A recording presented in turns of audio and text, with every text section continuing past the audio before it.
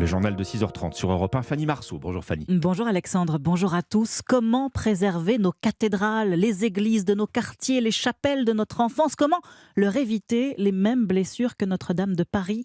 La ministre de la Culture, Rima Abdul-Malak, dévoile le plan sécurité du gouvernement aujourd'hui sous les tours gothiques de la cathédrale d'Amiens. Les petites communes où se trouvent les trois quarts des édifices religieux connaissent déjà la solution. Elle est simple, il faut entretenir ce patrimoine. Eh oui, mais la facture est extrêmement salée. Elle fait renoncer beaucoup de municipalités.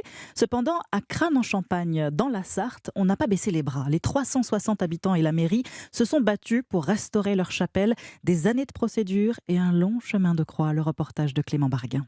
Les yeux rivés vers le clocher de la chapelle, Ginette n'est pas peu fière. Elle qui a toujours vécu dans le village retrouve l'édifice de son enfance. Ça nous faisait mal au cœur de voir cette chapelle se dégrader, de voir les bâches au-dessus. C'est le patrimoine, nos ancêtres ont travaillé, ont fait tout ce qu'ils ont pu pour les conserver. C'est le bijou de la commune, hein. Vraiment le bijou. Une chapelle du 15e siècle encore en piteux état il y a quelques mois. Je suis un amoureux de la pierre, un amoureux de la nature. Et je ne peux pas passer à côté de quelque chose qui peut se sauver. Coût des travaux 400 000 €. Un long combat pour Francis Cosnet, le maire de Crannes-en-Champagne. 8 années de démarches administratives pour obtenir des subventions. On sait bien que la barrière, c'est la finance. La règle du jeu, comme dans beaucoup de cas de subventions, c'est complexifier au maximum pour avoir le moins possible de personnes au bout. Beaucoup de simplicité permettrait de sauver beaucoup de patrimoine, de donner le plus d'accès aux élus à avoir un résultat de réussite. Encore quelques travaux sont nécessaires avant une réouverture au public prévue en septembre prochain. Un reportage signé Clément Barguin.